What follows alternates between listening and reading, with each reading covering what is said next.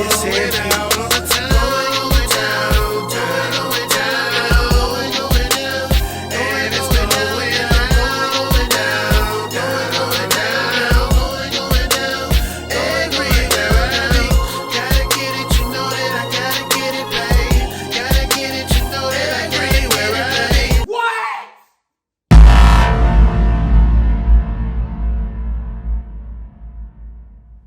It's a beautiful day in the neighborhood. Reaction Beanie Yo 116. Day in that neighborhood, my people. Once again, baby, once again, we back for another one of these crazy ass videos. One of these WTF is going on ass videos. And we're gonna take it back to a dude that it's been a while, y'all. It's been a while since we watched a video from this man, bro. But he just dropped one 5 days ago, and we're gonna get into it. And that is Lazy Masquerade. Back to the lazy, y'all. And the title of the video is The Disturbing Stories Behind These Images. And I think he got three. I think he got 3 stories to give us, man. But before he give us these 3 stories, my people, y'all know what else y'all got to do. Get whatever you might need. Get what you need so we can listen to our boy Lazy tell this crazy shit, bro. Y'all got what y'all need? Y'all ready to listen? Y'all ready to do it? Then let's fucking do it. Huh?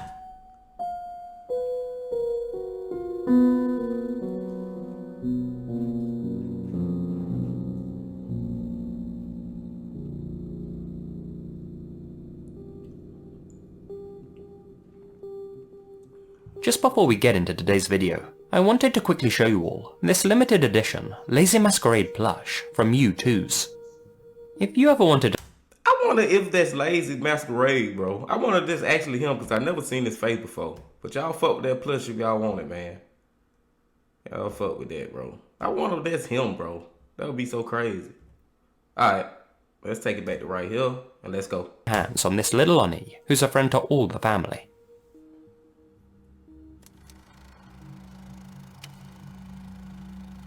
On December 17th, 1968, 20-year-old Barbara Mackle was staying with her mother at the Roadway Inn in Decatur, Georgia.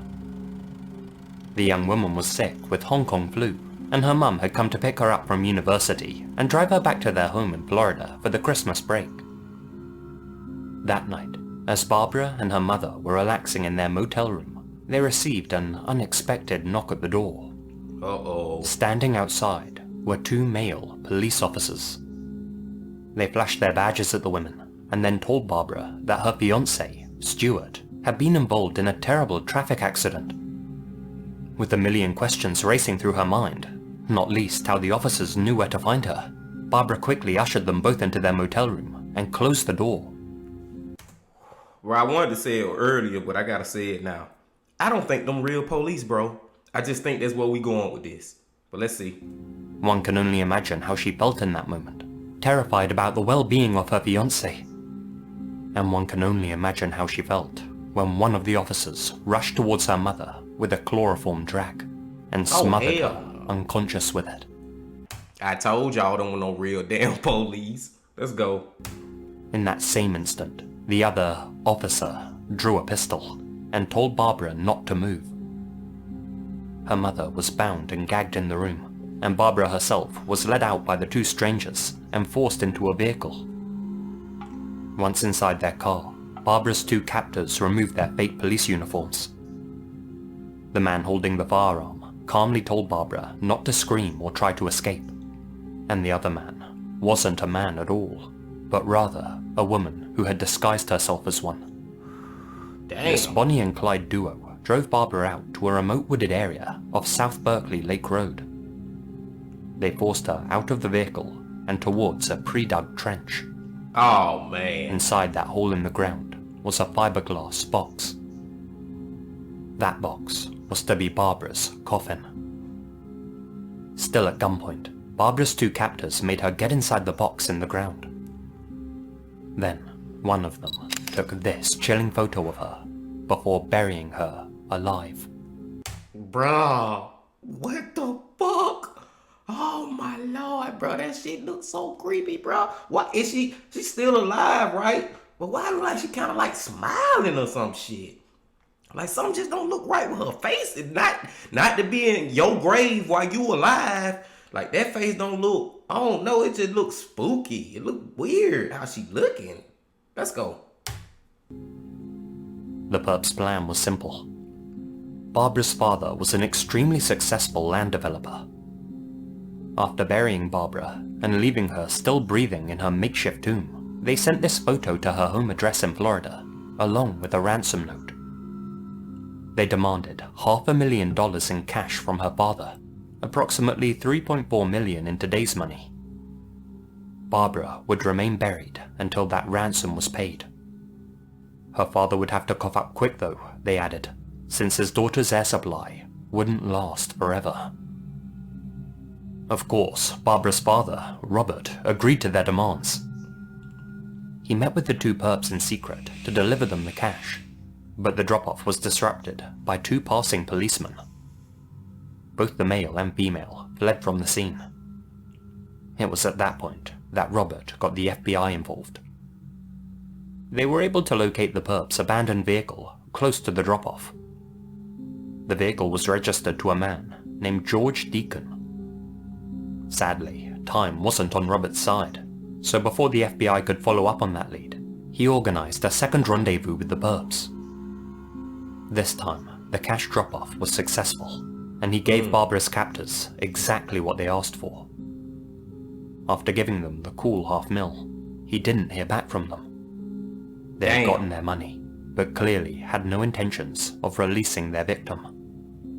Barbara was... Bro, at this time, would she be dead anyway though, bro? I'm pretty sure it's like days later, bro. I don't think she had enough air down there to survive that long, do it? I don't even think she got enough air to survive a couple hours. But who am I? I don't know everything. I'm just saying.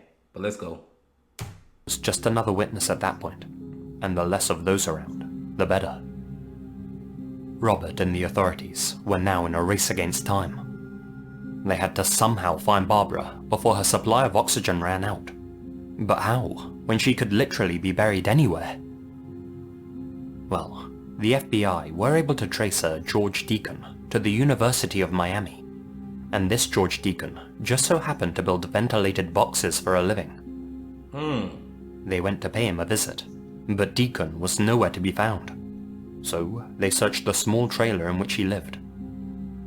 Inside, they found numerous letters addressed to a man named Gary Christ, a convict who had escaped California prison 2 years prior.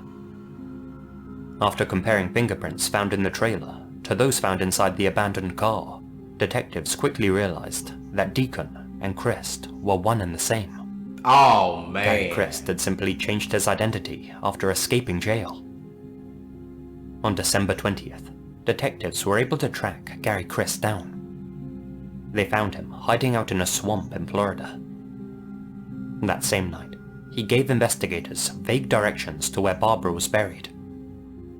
More than 100 agents scoured a huge area in rural Georgia in an attempt to find the missing woman, many of them digging up the earth with their bare hands, few of them holding out hope that she was still alive. Miraculously, they found her. And even more miraculous, she was still breathing. Wow. After more than 3 days. 83 hours in the tomb, bro. And I missed the part, bro, when I was asking earlier about how could she survive that long. I ain't know they like had built like a makeshift ventilation system going down into the grave. You know what I'm saying? I missed that part. So yeah, it's possible now. And damn, they found her alive. Let's go. Of being buried under the earth in a small box, she was of course severely dehydrated, but was otherwise unharmed. As for Gary Christ's female accomplice, she was apprehended in Norman, Oklahoma, 2.5 months later. Good. Her name was Ruth Eisman Shear. She had applied for a job at a hospital, and as a part of a background check, had her fingerprints taken. Those prints were picked up by the FBI, who matched them to another set found inside the abandoned car. Apparently, she and Gary Christ had become separated after the second money drop, and, figuring that she had been left to fend for herself, fled to Oklahoma. She was sentenced to 7 years in prison, served 4 of those, and was then deported back to her native Honduras. As for Gary Christ, he was sentenced to life behind bars, but only served 10 before being paroled. Wow. After that, he was officially pardoned so that he could go to med school, and eventually, he became a doctor in Indiana. He later had his license revoked after lying about a disciplinary action that he had received during his residency. More recently, in 2006, he was arrested yet again, this time on a sailboat, trying to smuggle 14 kilos of cocaine into Alabama. I guess some folks never learn. Just never fucking learn, bro. 2006, his first crime was in what? 1969? Like, bro, grow up. When is your ass? You ain't gonna never grow up, bro. But nah, man, I don't feel like they got enough time, y'all. I don't feel like they got enough time, especially the lady. She really ain't get enough time. That he got out after 10 years. Man, bro, that's some shit where I feel like you should basically spend the rest of your life in jail. Maybe if we start giving these people more time, they'll stop doing these fucking crimes. Let's go. That was crazy. That was a crazy one. Take a look at this image. Study it for a few seconds. Let's study it, y'all. I don't know what the fuck this is. It almost looked like a lady head at the bottom right of it. You know what I'm saying? They look like hair, or is that a head? Then I don't know what the other shit is. I don't know what this is. Let's go. Can you name even one object in it? Hell no. Difficult, right? Yeah. How does looking at it make you feel? Weird. Frustrated? Uncomfortable? Creeped out? Nauseated? Confused? Does it give you a weird, localized headache? Yeah. I only ask because most people have a negative reaction to it. But that's by design. You see, this picture was created to simulate the nightmarish experience of having a stroke, particularly ones that affect the optical lobe of the cerebral cortex, the part of the brain responsible for visual perception. Everything looks familiar, but at the same time, unrecognizable, like you're in a weird, warped version of reality. Yeah. Those who've experienced this type of stroke and survived have said that this image accurately depicts how things appear. Imagine the anxiety and confusion that would grip you if your world were to turn to this, especially considering you'd probably lose the ability to call for help or tell anyone what you're experiencing. If you think that somebody is suffering from a stroke, but they physically can't tell you, remember to think fast. Face. Is one side drooping? Arms. Can they lift both of them up simultaneously and hold them out? Speech. Can they talk, or are their words mumbled and sloppy? Time. Call an ambulance immediately. As that old PSA on UK TV used to say, the faster you act, the more of a person you'll save. Bro, that shit, that kind of made, I don't want to say it made me feel like I was having a stroke, but I kind of can get it. Like, that's what happens when you have one, bro. Everything that you see just becomes so contorted, and it kind of looked like something, but it looked weird in a way, like it looked like something else, or it's something combined with it. Like, man, that picture right there can just kind of give me the idea of what it is like to actually be in a stroke as it happening, or whatever. Y'all know what I'm saying, bro? Let's go. Here's a bizarre story that's stranger than fiction. On Christmas Eve of 1945, a fire broke out at the Sodder family household in Fayetteville, West Virginia. Inside the house were George and Jenny Sodder and 9 of their 10 children. The house itself was burned to a crisp, but both parents and 4 of their children were able to escape. That's it? The other 5 weren't so lucky.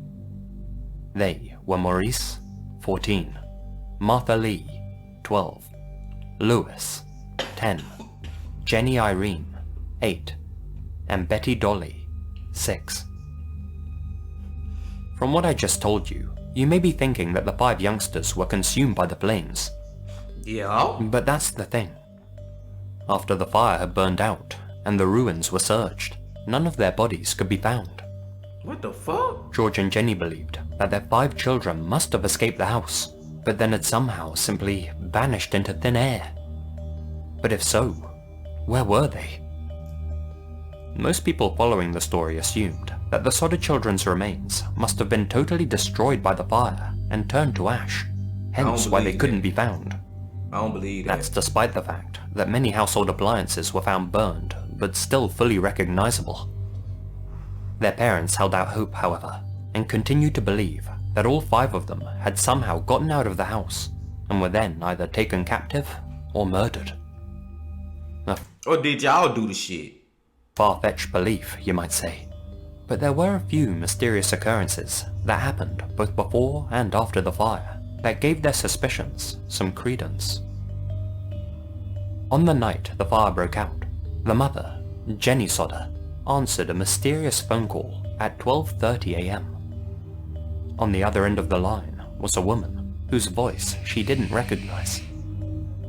According to Jenny, the woman had a weird laugh and she could hear clinking glasses in the background.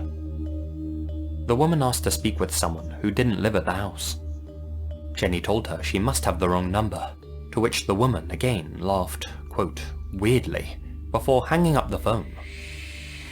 As Jenny made her way back to bed, she heard something loudly smash against the roof of their home, followed by a rolling sound. She froze for a moment, but hearing nothing else, brushed it off and went back to sleep. 30 minutes later, she and the rest of the family awoke to the smell of smoke filling their home. By that point, their staircase was already consumed by fire. George broke a window in the attic and climbed down the wall of the house to collect his ladder. Strangely, his ladder had been moved from where he had left it, and was found at the bottom of an embankment 75 feet away, hidden from view. He put up the ladder and helped his family escape, though terrifyingly, couldn't find the 5 missing children anywhere in the house. Bro, I'm still lost as fuck, y'all. Where's they at? Where did they go? Is the parents lying? Like I said, I think they is. You know what I'm saying? Like, or did y'all really do it? But I don't know if they did it or not. This is crazy. All the others could do is watch as their home burned, since the fire department was too busy to help put out the flames until morning. When firefighters did arrive to examine the ruins, they said that the cause of the fire was faulty wiring. George wasn't buying that. He had just had the house rewired before the blaze, and the electrics were in perfect working order. As such, he instead believed that someone must have started the fire and was waiting to sweep up the children as they ran out. Bones belonging to a single individual were also found inside the charred remains of the home. But weirdly, after testing them, it was confirmed that they belonged to a person older than any of the missing Sodder children. What the fuck? In fact, they had been dug up from a nearby cemetery and had never been exposed to the fire. It's unclear how those bones came to be found in the house, though many assume they were planted. Had to be. Sure that this wasn't a mere accident, and that the flames hadn't burned hot enough to utterly destroy their children, the Sodder parents put up these signs along State Route 16 in the 1950s, appealing for information about their missing offspring. In the years that followed, multiple alleged sightings of the lost children were reported, though unfortunately, they were never found, alive or dead. Damn! But who would hold such a grudge against the Sodder family to burn down their house and do who knows what to their children? Well, George himself was an Italian immigrant. He hated fascism and was an outspoken critic of Benito Mussolini. This had led to some heated arguments with other Italian immigrants, including members of the Sicilian Mafia. Suspiciously, a life insurance salesman told George that his house would, quote, go up in smoke, and his children would be utterly destroyed for remarks he had made about Mussolini. Around that same time, George's elder sons noticed a strange vehicle parked along the main highway in their town, its occupants watching the younger Sodder children as they made their way to school. On the night of the fire, a passing bus driver also reported seeing people throwing, quote, balls of fire at the Sodder house. A green rubber object that resembled a napalm pineapple bomb was later found in the family's yard. So, could this whole incident have been revenge for George's outspokenness? If so, had the perpetrator also taken his anger out on the kids too? But even if it is them, bro, where are the kids? Somebody gotta answer this, man. Even if it is that person taking revenge out because George did whatever with the Italian, whatever. Where are the children, bro? Are we gonna ever know? Here's the crazy part of the story though. In 1967, 22 years after the house fire, a now widowed Jenny Sodder went to check her mailbox. She found a letter addressed specifically to her. Inside that letter was a photograph. A photograph of a man who strongly resembled her missing 10-year-old son, Louis, now an adult in his early 30s. What? The back of the photo read, Louis Sodder, I love brother Frankie. Lil boys. A90132 or 35. In response, the family hired a private investigator to go to Central City, Kentucky, the place where the picture had been mailed from. The PI went out there, but then mysteriously disappeared himself. They never heard back from him again. What the? The Sodder family added this new photo to their billboards, which stayed up until Jenny's death in 1989. Now Occam's razor tells us that the Sodder children must have simply burned up in the fire, and that their remains were utterly destroyed, or simply not found amongst the rubble. But there are so many unusual elements to this case that suggest something more nefarious may have happened, and that it wasn't a mere electrical malfunction that caused the blaze. Could this photo really be of Louis Sodder as a fully grown man? The features are extremely similar. They both have dark, curly hair, dark brown eyes, the same straight, strong nose, and the same upward tilt of the left eyebrow. But what did the cryptic message on the back of the picture mean? Who had mailed them the photo in the first place? And if Louis was really alive, why hadn't he tried to make contact with his family? Was he trying to protect them? If so, from who? Frustratingly, we don't know the answer to any of those questions, or tens of others for that matter. And given how long ago this all happened, we likely never will. We never will, bro. The last of the 10 Sodder children, Sylvia Sodder, who was only 2 at the time of the fire and who made it out of the house, passed away in 2021. Until her dying day, she believed that her siblings hadn't perished in the flames. Many people who follow this case agree. Whoa. Wow. Wow. Lazy, man. Lazy did it again, y'all. Hey, man, on that last one, man, I was just sitting right here so stuck, bro. Like, what the fuck happened to them children, bro? I'm still wondering. We still wondering, y'all. Now, was it that they fucking got kidnapped by whoever set that house on fire? Is that what happened, bro? Y'all think that's the like most plausible thing that happened, bro? Like when some of the kids were trying to escape, cause you know the daddy had the shit on the ladder and shit, and he was trying to get them out that way. But it's 10 kids in that. No, it was 9 kids in the house. They had 10, but it was 9 at the time. So it was 9 kids in the house. So maybe them 5 tried to run out the front door, or the back door, or window that dad ain't know nothing about. Cause the oldest I think was 14. So maybe he was getting his little brothers and sisters about the house, and the fucking people who was there came to fucking try to kidnap them. They did kidnap them. And maybe when they kidnapped them, maybe them kids dead now. Well, I know they probably dead now. It's fucking 2022. But I'm saying back then, bro, maybe they kidnapped them, then murdered them. And we just never found their bodies. Or maybe they kidnapped them and adopted them or did whatever the fuck they did with them. Because, bro, that picture of that grown man, that bitch look like that little boy, bro. I believe that's him, bro. That's just me, man. I'm just leaning towards it, man. I'm leaning towards that is actually him, bro. So this shit just can go so many ways, bro. I'm stuck on this third one, bro. What the fuck happened to them kids, bro? Then what else you can look at? The parents. I mean, it sounds crazy as hell. But man, you can't put nothing past no parents, bro. Bro, they probably did goddamn murder a couple of they children. For real, maybe they did. I don't fucking know, bro. Maybe they felt like they had too many, or I don't know. Okay, now I'm talking myself up out of that one. So, nah, I'm not leaning towards that.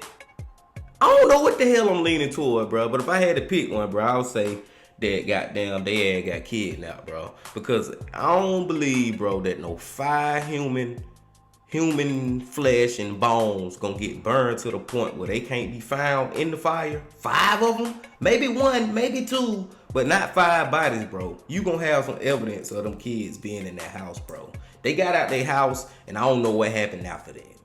This shit was crazy, man. I can't even speak on the other two real quick. Oh, that crazy ass image, man. Yeah, like, that shit kind of, like I said, I don't know what it is to have a stroke. I'm not trying to make it sound like I do, but I'm just saying that image can kind of, like, give me the gist, the idea of what people go through when they have one. Lord knows, I hope I don't never have one. And what was the first one, bro? I can't even fucking remember the first one now, man.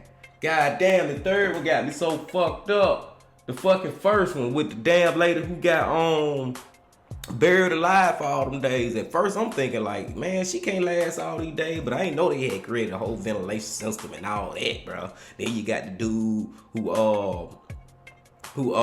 was acting like he was using 2 identities. Come to find out, the dude who actually create this type shit is the dude who actually would cause this whole ransom and all that. That was crazy, bro. I just felt like they should have got more time. But damn, man, I'm through now. I digress, my people. I'm gonna let y'all go, bro. What the hell do y'all think about this one? Lazy did his thing, man. We got to come back to Lazy, bro. I had forgot all about Lazy. But until I see y'all again, my friends, hit that like button, comment, subscribe, all that good shit. And I got one more thing to say. The Bean Pepe Ledge.